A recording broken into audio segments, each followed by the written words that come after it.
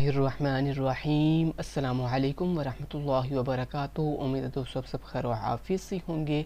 CS101 के अंदर module number 32 cover आज करेंगे, जिसके अंदर हम CPU की बेसिक पढ़ेंगे। CPU stand for central processing unit. CPU के अंदर दोस्तों तीन मेन जो हैं वो पार्ट्स होते हैं, जिसमें से पहला पार्ट होता है arithmetic and logic unit. Arithmetic and logic unit दोस्तों एक ऐसा जो है वो पार्ट होता है सेंट्रल प्रोसेसिंग यूनिट के अंदर, जहाँ पे तमाम के तमाम ऑपरेशंस परफॉर्म किए जाते हैं, सच एज आपने एडिशन करनी है, आपने सब्ट्रैक्शन करनी है, मल्टीप्लिकेशन करनी है, डिवीजन करनी है। तो ये जितने भी ऑपरेशंस परफॉर्म होते हैं ये सारे के सारे CPU के अंदर जिस पार्ट के अंदर परफॉर्म होते हैं उस पार्ट का नाम है अरिथमेटिक और लॉजिक यूनिट। सेकंड नंबर के ऊपर CPU के अंदर जो पार्ट आता है उसका नाम है कंट्रोल यूनिट। दोस्तों ये एक ऐसा यूनिट होता है जहाँ पे आपकी सारी की सारी लॉजिक्स परफॉर्म की जाती हैं, लाइक डाटा कहाँ से उठाना है, कहाँ पे रखना है, कब रखना है और कितना रखना है, कितना नहीं रखना। तो ये जितनी भी आपकी लॉजिक्स है ना, सारी सारी एक्टिविटीज़ जो परफॉर्म हो रही होती हैं, ये सारी की सारी एक्टिविटीज़ या आप इंस्ट्रक्शंस कह सकते हैं। तो जितनी भी इंस्ट्रक्शन, जितनी भी एक्टिविटीज़ परफॉर्म हो रही होती हैं, ये सारी की सारी कंट्रोल यूनिट में परफॉर्म होती हैं। इसके अलावा थर्ड जो CPU का पार्ट होता है उसका नाम है रजिस्टर यूनिट। दोस्तों रजिस्टर यूनिट CPU के अंदर एक ऐसा पार्ट होता है, एक ऐसा पोर्शन होता है जहाँ पे हमारे डाटा की स्टोरेज की जाती है, यानी हमारे डाटा को स्टोर किया जाता है। और इस रजिस्टर यूनिट के अंदर जो सेल्स होते हैं ना, ये सेम लाइक मेमोरी सेल्स की तरह ही होते हैं। इसके अलावा रजिस्टर के अंदर जो डाटा स्टोर होता है ना, वो सिर्फ टेम्परेरी स्टोर होता है, परमानेंट स्टोर नहीं होता। नेक्स्ट दोस्तों हम रजिस्टर यूनिट की अगर डिटेल से बात करें तो रजिस्टर यूनिट के अंदर आगे फर्दन जो है दो तरह के रजिस्टर्स होते हैं। एक टाइप की होती है जनरल पर्पस रजिस्टर की, और दूसरी रजिस्टर की जो टाइप होती है वो होती है स्पेशल पर्पस रजिस्टर। जो जनरल पर्पस रजिस्टर होते हैं ये हर तरह के काम करने के लिए यूज़ किए जाते हैं, जबकि जो स्पेशल पर्पस रजिस्टर होते हैं ये स्पेसिफिक किसी टास्क के लिए बनाए गए हैं, और हर स्पेशल पर्पस रजिस्टर जो है ये अपना स्पेसिफिक टास्क सिर्फ परफॉर्म करता है। तो ये थी रजिस्टर की दो टाइप्स।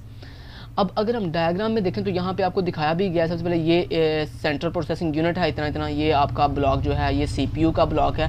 अब ये CPU आपने अक्सर देखा भी होगा, आपने वो जो जिसको आप प्रोसेसर कहते हो, वो जो छोटी सी एक चिप होती है वो बेसिकली कहलाती है सेंट्रल प्रोसेसिंग यूनिट, वो ही आपका CPU होता है। तो उसके अंदर तीन पोर्शन होते हैं, एक अरिथमेटिक जहाँ पे अरिथमेटिक एंड लॉजिक यूनिट जहाँ पे आपकी सारे ऑपरेशन परफॉर्म होते हैं, एक उसके अंदर होता है कंट्रोल यूनिट जहाँ पे आपकी एक्टिविटीज़ परफॉर्म हो रही होती हैं, और एक उसका जो पोर्शन होता है वो रजिस्टर होता है जिसमें हमारे जनरल पर्पस रजिस्टर और स्पेशल पर्पस रजिस्टर होते हैं, जहाँ पे हमारा डाटा जो है टेम्परेरी स्टोर किया जाता है।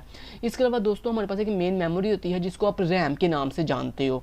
उस रैम के अंदर जितने भी हम सॉफ्टवेयर करंटली जो है हमने रन किए होते हैं, रनिंग हो रही होती है जिन सॉफ्टवेयर की, जिन एप्लीकेशंस की, यानी जो प्रोसेसिंग है ना हमारी, वो यहाँ पे मेन मेमोरी के अंदर डाटा जो है वो स्टोर हो रहा है, हमारी इन्फॉर्मेशन स्टोर हो रही है, जो चीज़ें हम रनिंग स्टेट में होती हैं।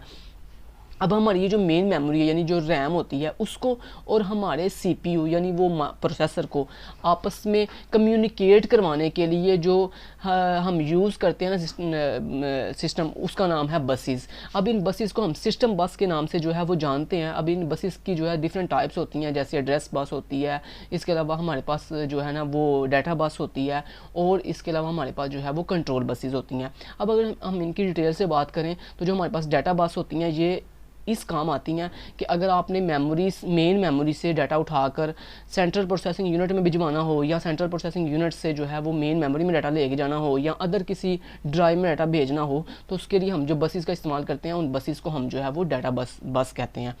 सेकंड नंबर के ऊपर जो हमारे पास बसेस आती हैं उनका नाम है कंट्रोल बस। ये कंट्रोल बस क्या करती है? ये कंट्रोल बस ये करती है कि अगर आपने कोई एक्टिविटी कंट्रोल करनी हो, लाइक आपने कोई कंडीशन लगाई हुई है, जितनी भी एक्टिविटीज़ आप परफॉर्म कर रहे हो उन एक्टिविटीज़ के ऊपर जो कंडीशंस लगी होती हैं उनको कंट्रोल करने के लिए कि कब कहाँ से डाटा उठाना है, कहाँ पे रखना है, कितने टाइम पे रखना है, तो ये सारा चीज़ें कंट्रोल कौन करती है?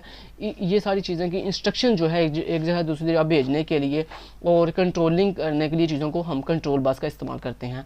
थर्ड नंबर के ऊपर हमारे पास जो बस की टाइप आती है वो मैंने बताया था आपको कौन सी होती है, एड्रेस बस होती है। इस एड्रेस बस के थ्रू हम सिर्फ अपनी जो एड्रेसेस होते हैं ना, आपको पता है रैम के अंदर जो ब्लॉक्स होते हैं या आपके सेंट्रल प्रोसेसिंग यूनिट्स के अंदर जो ब्लॉक्स होते हैं उनकी एक स्पेसिफिक एड्रेस होता है। जिस तरह हर इंसान के घर का एक एड्रेस होता है कि कि वो इंसान कहाँ रहता है। ऐसे ही हमारे कंप्यूटर सिस्टम के अंदर जितने भी ब्लॉक्स होते हैं उनको एक स्पेसिफिक एड्रेस असाइन किया जाता है। तो किसी भी जो ब्लॉक है उसके एड्रेस को एक जगह से दूसरी जगह सेंड या रिसीव करने के लिए हम जिस बस का इस्तेमाल करते हैं उस बस का नाम है एड्रेस बस। तो ये था सारा के सारा कंसेप्ट सीपीयू के बारे में और मेन मेमोरी के बारे में, जो मैंने आपको डिटेल से जो है वो बता दिया है। अब लास्ट पे इन्होंने एक आपको कहा हुआ है जी, अगर आपने दो नंबर्स को या डिफरेंट नंबर्स को आपस में ऐड करना हो तो उसका प्रोसेस क्या होता है, यानी मेमोरी में किस तरह से वर्क होता है। तो सबसे पहले दोस्तों ये इस तरह से वर्क होता है कि जिन दो नंबर्स को आपने प्लस करना है तो फर्स्ट स्टेप ये होता है कि आपने सबसे पहले फर्स्ट जो नंबर है जिसको आपने ऐड करना है उसको आप उठाते हो, ठीक है, मेमोरी से, और उसको उठाकर एक रजिस्टर के अंदर जो है वो स्टोर कर लेते हो। जैसा कि मैंने आपको शुरू में भी बताया है कि जो रजिस्टर होते हैं इन्हीं में हम अपना डाटा जो है वो टेम्परेरी स्टोर करते हैं। तो जिन दो नंबर्स को आपने ऐड करना था उसमें से फर्स्ट नंबर आपने उठाया और उसको उठाकर मेन मेमोरी से रजिस्टर में स्टोर कर दिया। सेकंड स्टेप ये होता है कि फिर जो सेकंड नंबर है जिसको आपने ऐड करना है उसको आपने उठाया मेन मेमोरी से और लाकर किसी दूसरे रजिस्टर में स्टोर कर दिया। अब हमारे पास जो दो नंबर जिनको हमने ऐड करना था वो दोनों नंबर हमने अपने दो डिफरेंट रजिस्टर्स के अंदर जो है वो स्टोर कर लिए हैं। अब तीसरा स्टेप ये होगा कि आप जो है वो अपने लॉजिक यूनिट के थ्रू क्या करोगे, वो जो हमने दो नंबर्स को ऐड करना था उन दोनों नंबर्स को ऐड करोगे और ऐड करने के बाद एक तीसरे रजिस्टर में जो है वो स्टोर कर लोगे।